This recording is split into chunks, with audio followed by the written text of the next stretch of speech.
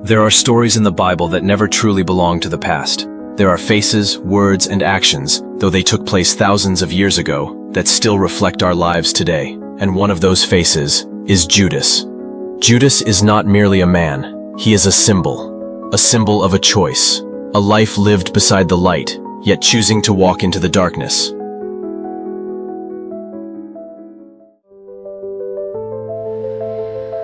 shadow falls where silence sings, the earth is still, yet softly clings to whispers carried on the breeze. Through ancient rooms, through bending trees,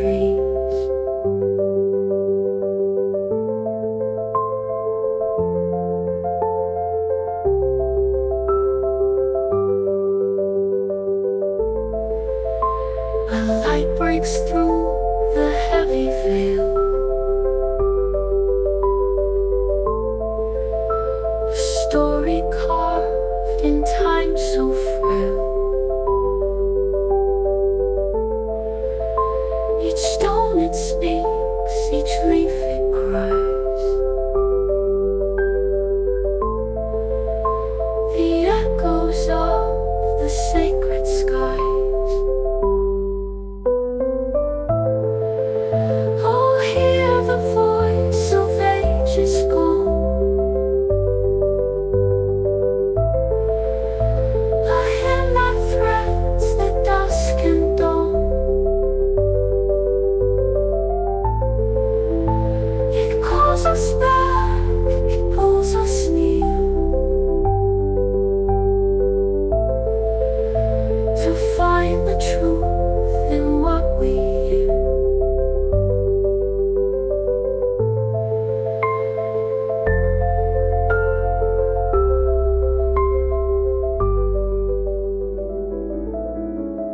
Judas Iscariot, one of the 12 apostles. He walked beside Jesus throughout his journey of preaching. He listened to every parable, witnessed every miracle, shared meals, shared rest, and shared faith. For 3 years, Judas was not an outsider. He was one of the inner circle. He was chosen by the Lord, entrusted with the money for the whole group. He was called a friend, a disciple, a brother. But within him, hidden from all eyes, there was a fracture, a small crack where pride, disappointment, ambition, or fear began to slip in.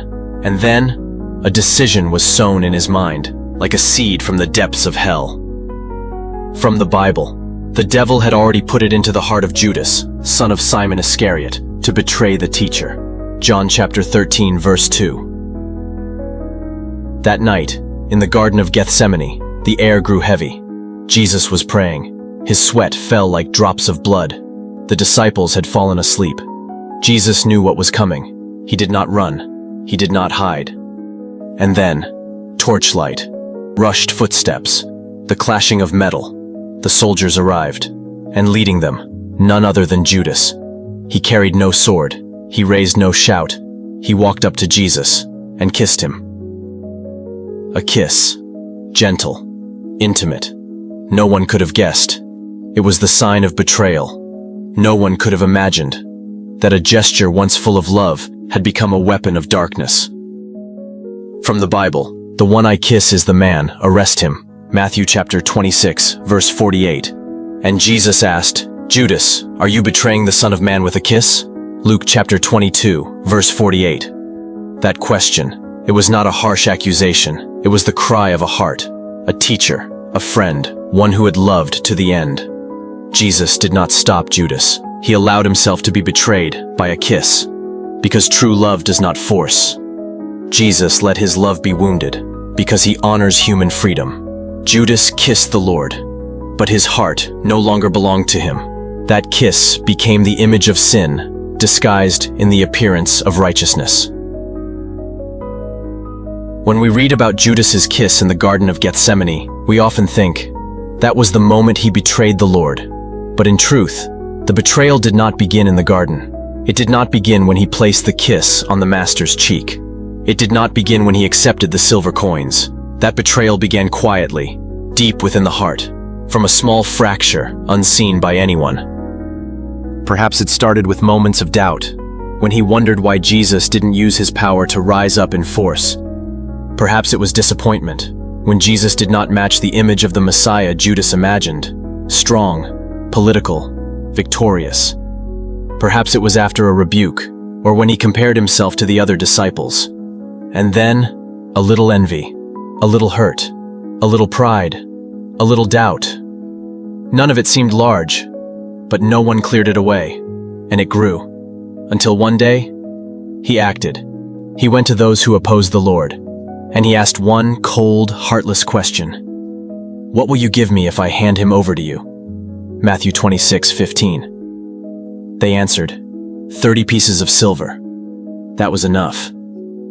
No bargaining, no hesitation. 30 pieces of silver. Not a large sum for a life. But for a soul already lost, it was enough to buy betrayal. There is a verse in Scripture that says, "The love of money is the root of all evil." 1 Timothy 6:10.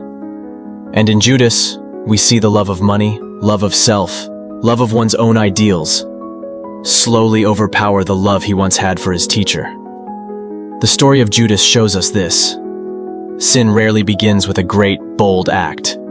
It begins in the small cracks of the soul. A little disappointment, a little comparison, a little pride, a little disobedience. And if those cracks are not seen, not repented of, they will one day lead to collapse.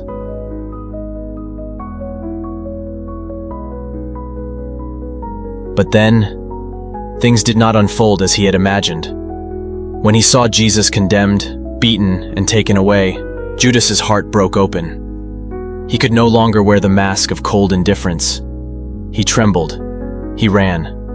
And this time, he returned to the temple. But not to take money. He came to give it back.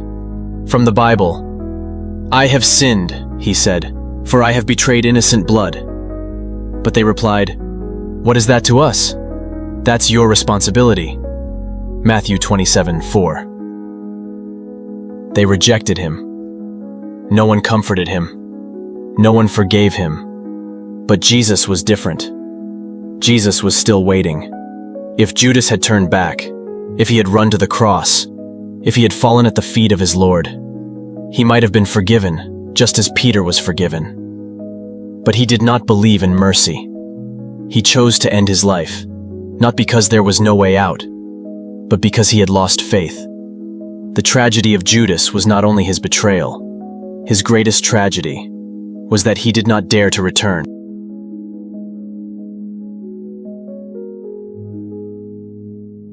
Judas. Could be me. Could be you. Could be anyone. We may not betray him with a kiss, but with indifference. We may not ask, "What will you give me to hand him over?" Yet we still trade the truth for comfort, choosing to go along with the crowd. We still sing hymns, still recite prayers with devotion, but our hearts are far from him. We bow our heads to receive the Eucharist, but walk away and live as if God were not there. And still the Lord asks, "My child, are you betraying me with a kiss? Are you using blessings, songs, and outward devotion to hide a heart that has lost its way?" But the story is not over, because if Peter denied the Lord 3 times and yet returned to become the first pope, then you and we too can return. All it takes is faith. All it takes is a bowed head and a humble heart. Judas or Peter, will you choose betrayal and despair, or falling and returning?